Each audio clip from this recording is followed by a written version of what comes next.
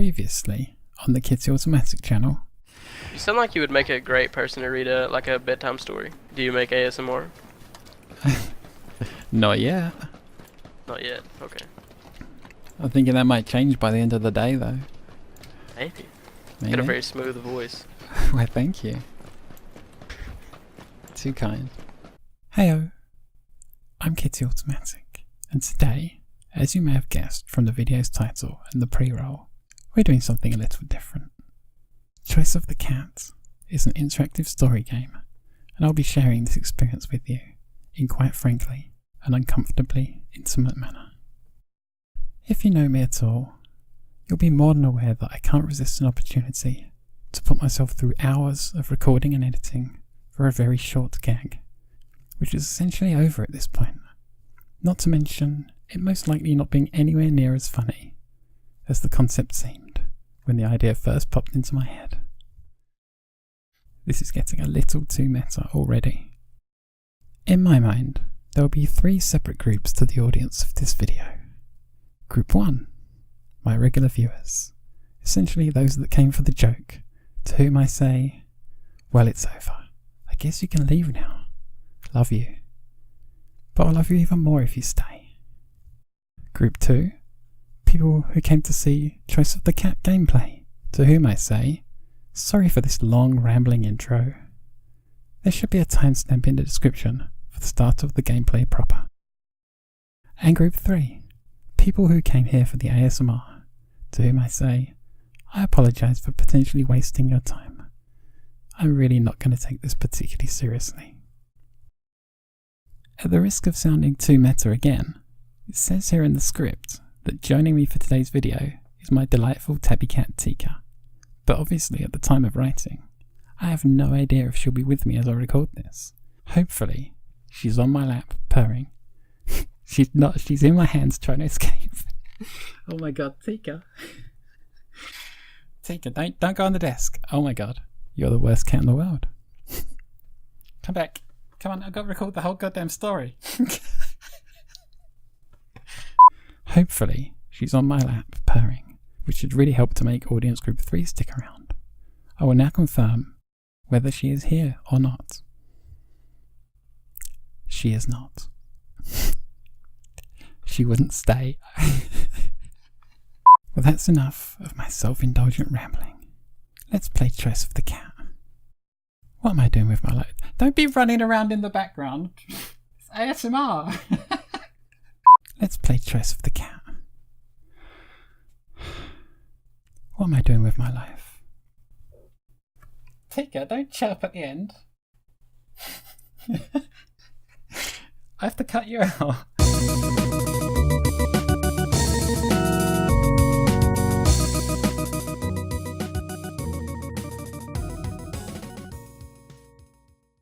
The dark presses inwards. You cannot stretch or get comfortable. As with any cat, being shut inside boxes is high on your list of things to avoid. But you didn't get much choice. The shuddering sounds of a car engine subside, and you know you're being carried somewhere indoors. Good puss, nearly there, comes a cheerful male voice. I'm Andre, by the way. This is your new place. Your box is put down, stable, solid ground at last. From experience, you expect to be let out now, and you'd probably pace back and forth if there were room. The others are right behind us, puss, Andre continues, now fidgeting about in the room. Hang in there. You hear a humming, clicking sound. After that, some loud notes start to form a tune. A guitar. This Andre guy has sparked up an amplifier, and he's hacking away at some guitar solo when he should be letting you out. The tune part is barely discernible, but what he lacks in talent, he's trying to make up for in volume. That sounds familiar.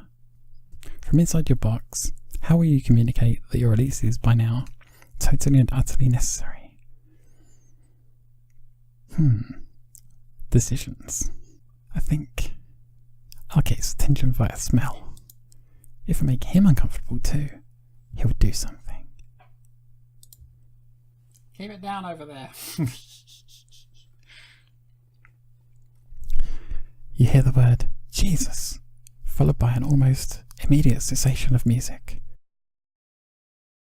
I'm sorry, little buddy. I'll grab some paper towels and get you out of there. Andre's footsteps recede, and you hear the doorbell ring. You let out a plaintive mew as Andre makes for the door. There's a second voice then. The woman named Claire, whose pleasant alto tones you recognize from when you were picked up at the cat shelter and stuffed in this horrible box. Thanks, honey, she says. My hands were full. You hear rustling sounds, perhaps plastic bags. Car keys clatter on wood. The low whining tone of their small child starts, but it's cut off when Claire says, Andre, for heaven's sake. The thud of running feet ends when Claire makes it to your cardboard confinement. Her hands scrabble at the slots and tabs above you. What? Andre protests. You said you wanted me to wait. Only if I managed to keep up with you in traffic. Can't you tell the poor thing's in distress? Andre stammers. Box flaps are twisted and pulled. Then right above you there is light, a lamp with 5 bulbs in fluted casings. It's quite fancy looking. Hey there, puss, Claire says, moving back. From here you only see her head, cropped hair, a heart-shaped face. You poke your head out farther from your biodegradable cage to see an expanse of cream carpet. You blink.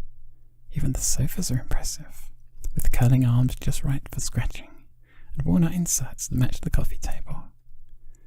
There's a flat-screen telly built into shelves to the right, and next to it is a fully working fireplace, whose mantelpiece boasts handfuls of deliciously tippable trinkets.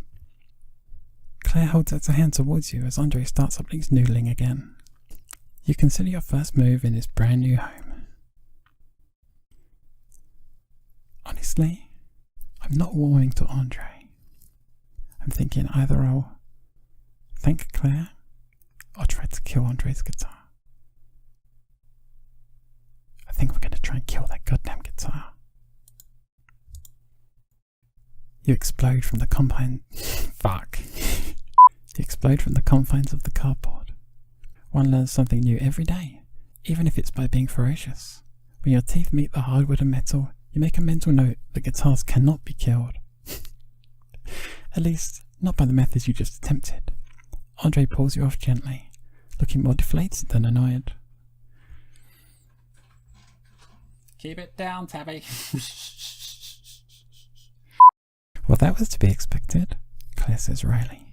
The kid hasn't taken her eyes off you since you emerged from the box. Your alley cat tactics have sent her hiding behind a chair. Oh, Moon, sweetie, says Andre. The pussycat is scared, just like you. You had a long journey. He leans his guitar against an armchair and heads over to comfort her. With the guitar now unguarded, you could try another tactic. Yes, I shall use it as a toilet. As the sound of Moon's fear diminished behind you, you stalk towards the instrument of doom. You sit at its base, looking up and down the length of it. It's almost vertical, which is going to be difficult to manage, but it's really the thought that counts. As sedately as you can manage, you position your back legs and territory-marking bits over the lower bridge of it, and presto, you look up triumphantly. Claire and Andre are engaged in tickling Moon, who lets out squeals of laughter. You plunk down and wait, hoping your efforts weren't wasted. You needn't have worried.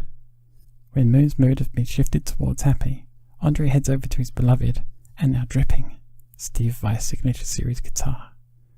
He grabs it and flops down into his chair, letting the instrument sink into his lap. Or he can really do his wail. No, please, please no. His strangled cries set Moon off instantly. Sorry. Claire, more angry than sympathetic, demands to know what the hell is going on. As you sit and clean yourself, Andre unplugs his guitar and examines it, cursing as he goes. I guess we should have shown the cat where the litter box is, Claire says offhandedly, prompting another bout of woe from Andre. There are baby wipes on the table, dear, she adds, hugging Moon to calm her down. By the time it transpires that the guitar is still fully functional, you've managed to wash your whole self. 2 achievements, you decide. Claire, on the other hand, is going to have a hard time getting Moon to warm to you after Andre's lengthy attack on your character. Moon trembles slightly, twisting her t-shirt. Her face is pale and worried under her yellow curly locks. Claire and Andre exchange glances. Moon, honey, would you like to choose a name for the pussycat? Claire says encouragingly. This grabs your attention like the smell of old fish. A child handed the power to affect your identity. You shut your eyes and concentrate on the feel of wool weave luxury beneath your paws. It might not be so bad. It might be, "Hello, kitty," Moon erupts. That's, interesting, Claire says. Why Hello Kitty? Because of Hello Kitty, silly. Moon's brow furrows. For her, this is clearly a very stupid question. Right. Claire lets out a long breath and mutters something to Andre about children's imaginations being corrupted by television. Don't you think our cat could have its own special name, and not to be like a cat that already exists? She suggests. I like Hello Kitty. Moon scrunches up her face. Moon's mother bends down and folds one of Moon's curls behind her ears. Honey, how about you think of lots of names, and we can put them in a hat, and then we can choose one. Wouldn't that be fun? That seems reasonable to me. You pad along the polished wood of the table, past a bowl of wicker balls that look like they've never been played with. You sniff them once before moving on to be nearer to Claire and Moon. You lean forward from the edge, teetering a little on the over-polished surface as you watch them. The sudden click of Andre's camera nearly makes you lose your balance. Did you see that? Andre laughs. Aren't cats supposed to have good balance? If only you could scowl. Balancing on the edge of things is a tricky business, and not falling mid-teeter when one is blitzed is a sign of great skill. You plunk your rear end on the table, sitting steadfast so as not to give them cause for more embarrassing snapshots. Claire continues to laugh as Andre holds the pic in front of her. She uses the word hilarious before asking Moon to go grab something to write with. Okay, Moon replies with enthusiasm, running off to the corner of the room where a plastic bag boasts jars full. That's fucking difficult to say, isn't it? Okay, Moon replies with fuck, I'm not going to be able to say this. Okay, Moon replies with enthusiasm. Okay, Moon replies with enthusiasm. Nailed it. Running off to the corner of the room where a plastic desk boasts. Fuck, I'm never gonna say this. Running off to the corner of the room where a plastic desk boasts jars full of coloured drawing implements. She runs back to Claire, brandishing an orange crayon and paper. If I say the names, can you write them for me? She says, jumping up and down in excitement. Your eyes narrow as mother and child discuss your name. You wonder if staring intently at the kid will make it come up with better names than Hello Kitty. Oh, Miss says, turning to her mother silently. Is the pussycat a boy or a girl?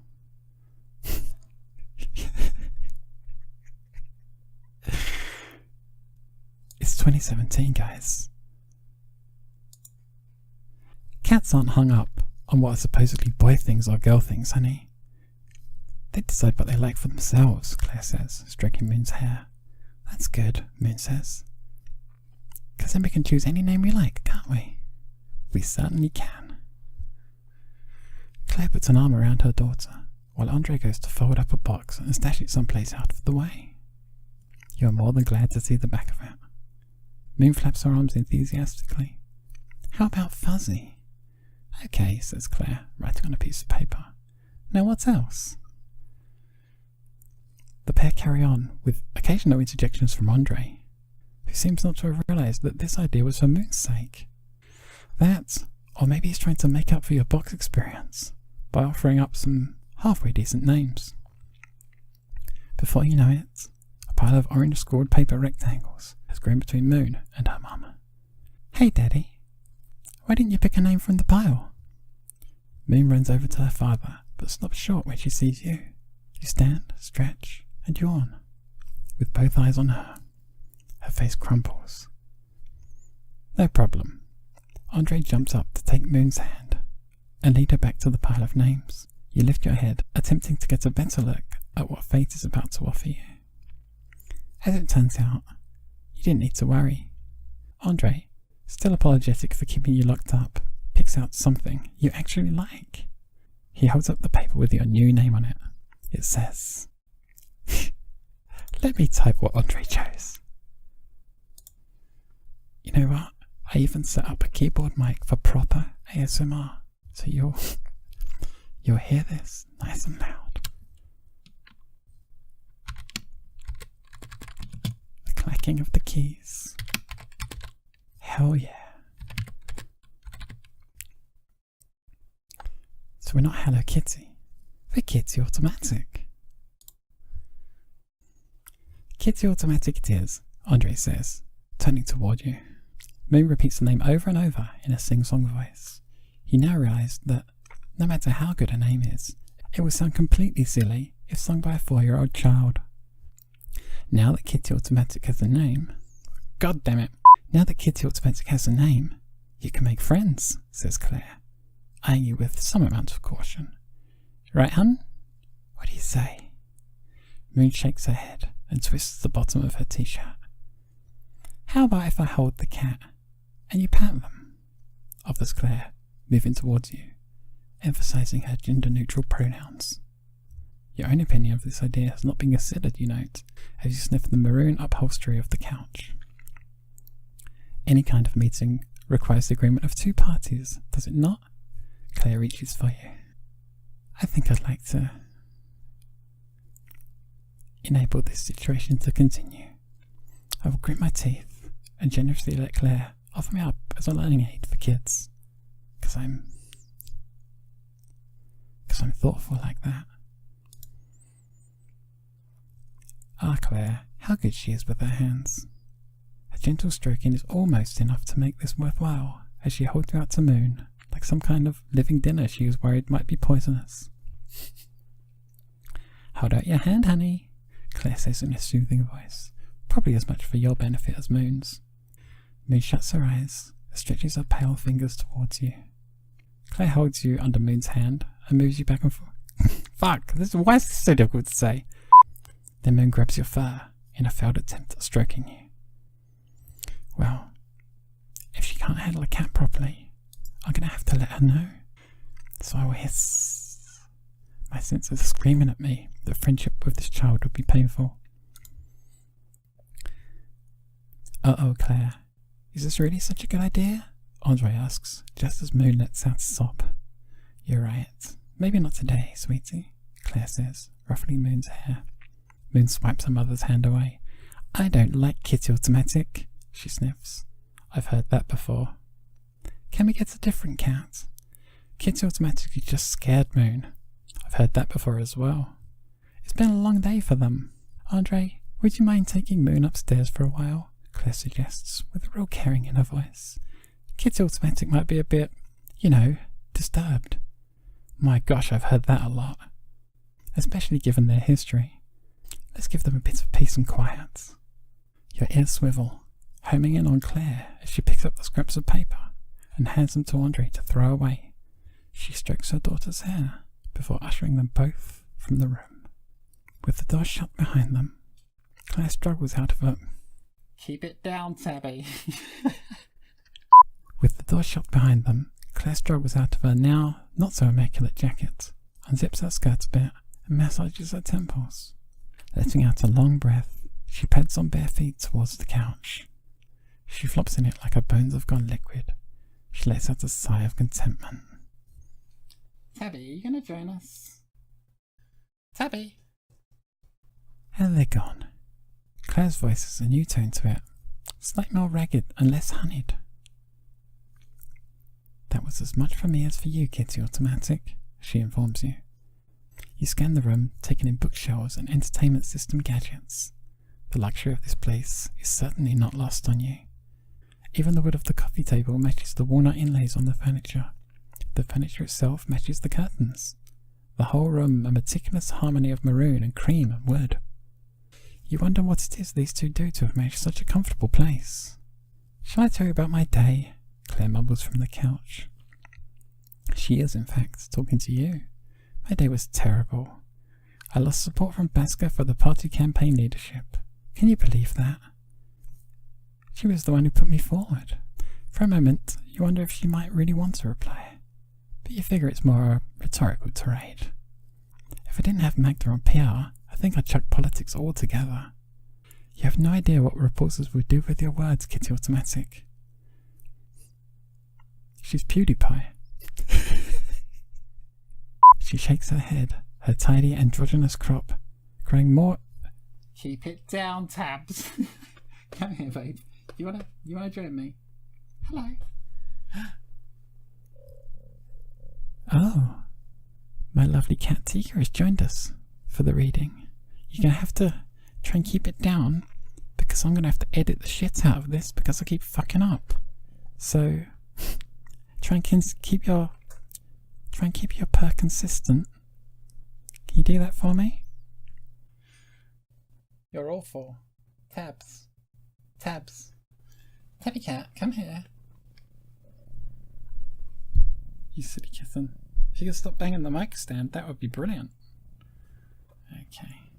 Recording this. Don't bang the mic stand. I hate you, Tabby. I love you, Tabby. We're recording at 60 FPS, Teak. We're recording a book at 60 FPS. That's not a waste, is it? It's absolutely not a waste of hard drive space. My tabby cat Tika has finally joined us for the reading. But she keeps knocking the mic stand because she's a boner. Teak, you can't knock the mic stand like that. No, you disturb the people. You disturb the people that are trying to get super relaxed. Yeah. I should have given you your own microphone. The tabby phone. Oh dear. I know, I love you too. Tika, I've forgotten where I got to. Teak.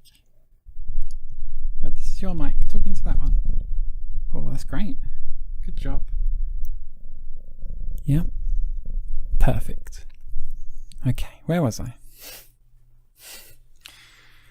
Alright, we'll go here. If I didn't have Magda on PR, I think I'd chuck in politics altogether. You have no idea what reporters would do with your words, Kitty Automatic. Oh yeah, the PewDiePie gag. She shakes her head, her tidy androgynous crop growing ever more hedgehoggy. She shakes her head, her tidy androgynous crop growing ever more hedgehoggy now that she can relax. Seriously, it's an all-out war now that Helen has resigned. After today, I wouldn't be surprised if Beska plans to run for the leadership herself. You hear thuds overhead as you listen to unprompted recollections. Audrey and Moon are doing whatever it is they do to amuse their children. It dawns on you that there's also an upstairs to explore.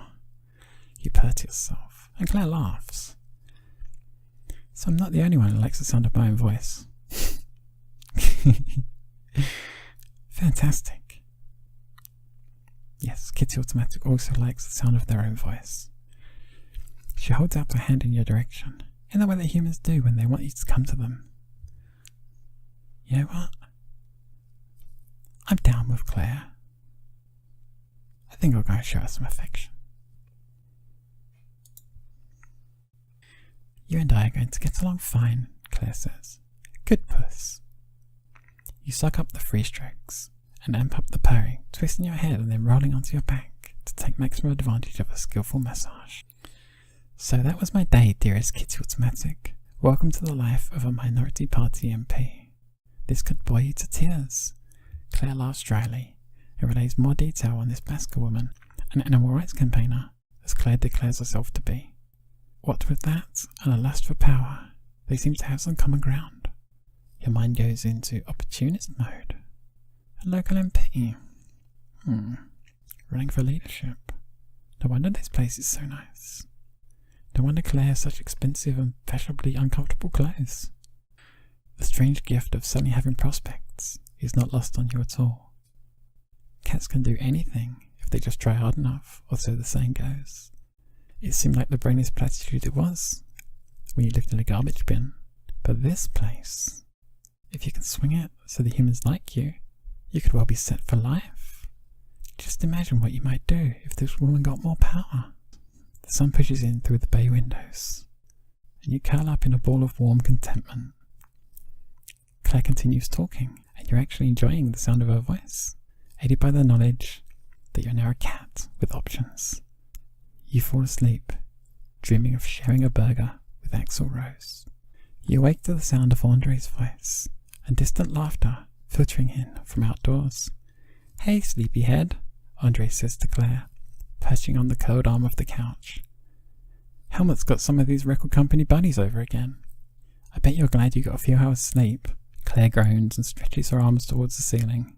You eye them both with interest. "Something or someone smells like food." "Moon is asking for you," Andre continues. "Apparently I didn't read Harry McClary right." Claire rises from the couch, kissing Andre on the cheek, and muttering curses on the neighbour called Helmut. The details are lost in you, because you're distracted by your stomach. The aroma of something cooked and meaty has set it grumbling.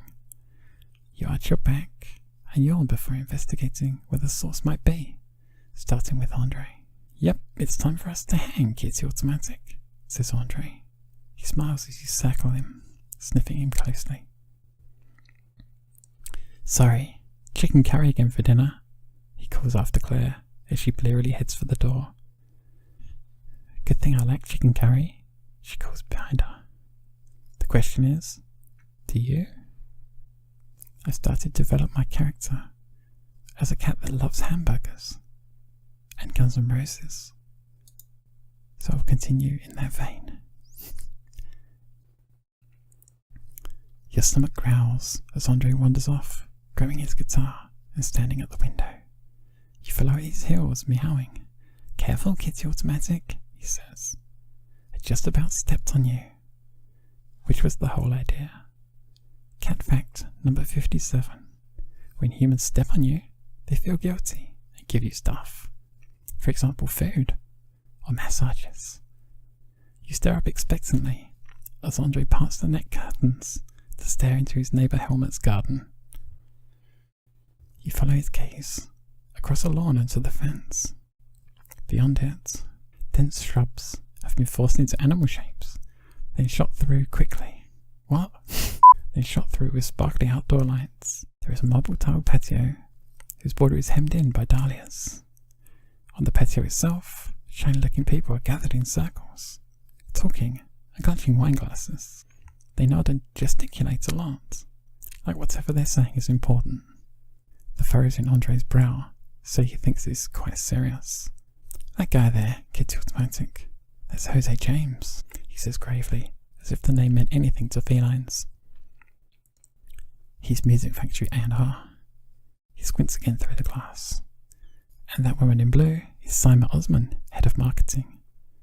That is a powerhouse gathering over there."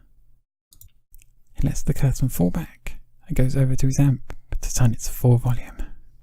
He winks at you, like you're party to some private hatching plan. He goes back to the window to open it a little. Your stomach growls as you realise that wonderful smell from before happens to be coming from this Helmut guy's barbecue patio. Your stomach growls as you realise that wonderful smell from before happens to be coming from this Helmut guy's patio. Those people are gathered around a barbecue. "So, Kitty Automatic," Andre whispers. "Let's see if we can get their attention." Andre, it seems, has not registered your hunger, nor is he noticing your stomach's loud insistence. He actually looks like he's going to play that guitar again instead of feeding you. "What do you say, Kitty Automatic? A song, and then we get some food?" "No, bro. Food first. Music later. I'm going to go claw at the door. I want hamburgers, you idiot. Now." Your desperate routine of scratch and scrabble is hard for Andre to ignore. Despite a few short riffs, his guilt gets the better of him. He puts his guitar to one side and picks his way across the cables. "Sorry, Puss, you can't be going out there. Not until I make sure none of the other windows in the house are open." He looks around the room like there's some implement he's missing that might solve the situation. You make another leap at the doorknob, landing as heavily as you can on the way down. Oh God, are you okay? Andre puts a hand to his forehead. I gets it. You want out? Are you hungry or what? He really isn't the sharpest knife in the drawer, is he? I think I will pour at him gently, staring hungrily into his eyes. He'll both like me and feed me.